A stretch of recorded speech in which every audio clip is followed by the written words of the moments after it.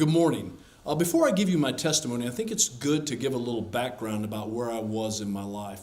So at the time I became a Christian, I'd been in the Navy for about 8 years. In fact, I had just been selected as Sailor of the Year for the command where I was serving, and I went on to compete for Sailor of the Year for the southeastern region of the United States.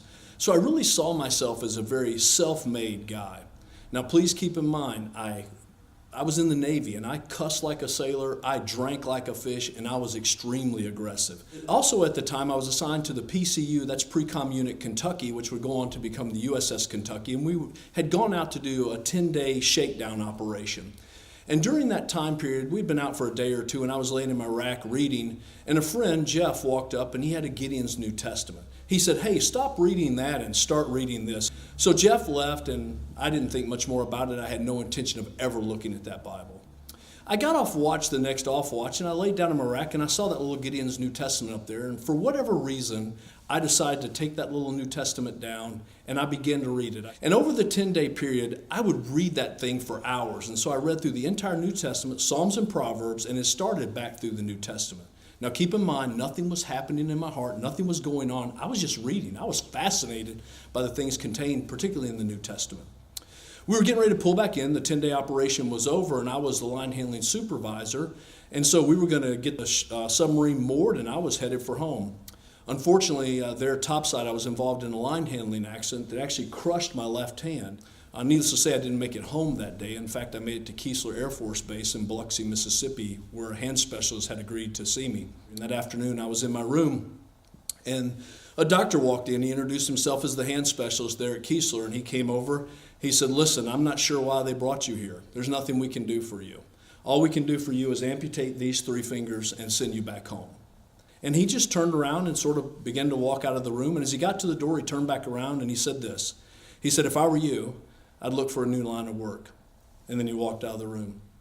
Well, like all lost people when they're in trouble, real trouble, that night I got down on that cold tile and I began to pray. And I'd like to share with you the hypocritical prayer that I began to pray to God that night.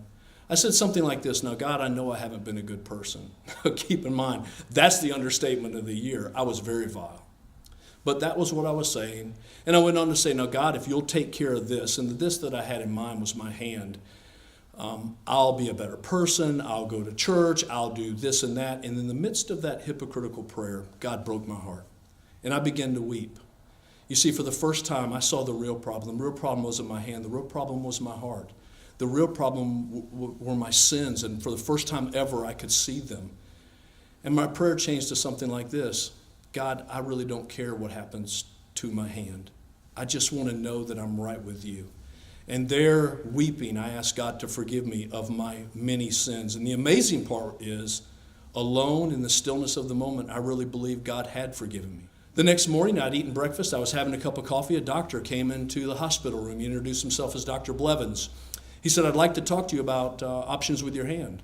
And I said, "What are you talking about?" The hand specialist said there were no options but to amputate these 3 fingers and send me back to Kings Bay. He goes, "Who are you talking about?" And I said, "Well, the guy who did the surgery yesterday when I got here. He said there were no options." He said, "The guy who did the surgery, he's not the hand specialist. He's my cleanup guy. I'm the hand specialist, and we have multiple options." I would not trade anything for my relationship with Jesus Christ. I would not take the best day as a lost person and trade it for the worst day as a Christian.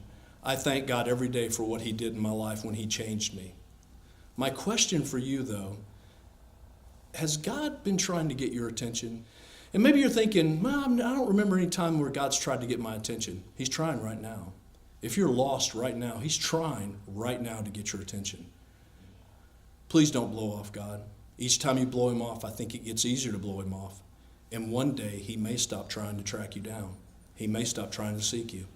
I would urge you today, if you do not know Jesus Christ as your Savior right now in the stillness of this moment, to commit your life to him.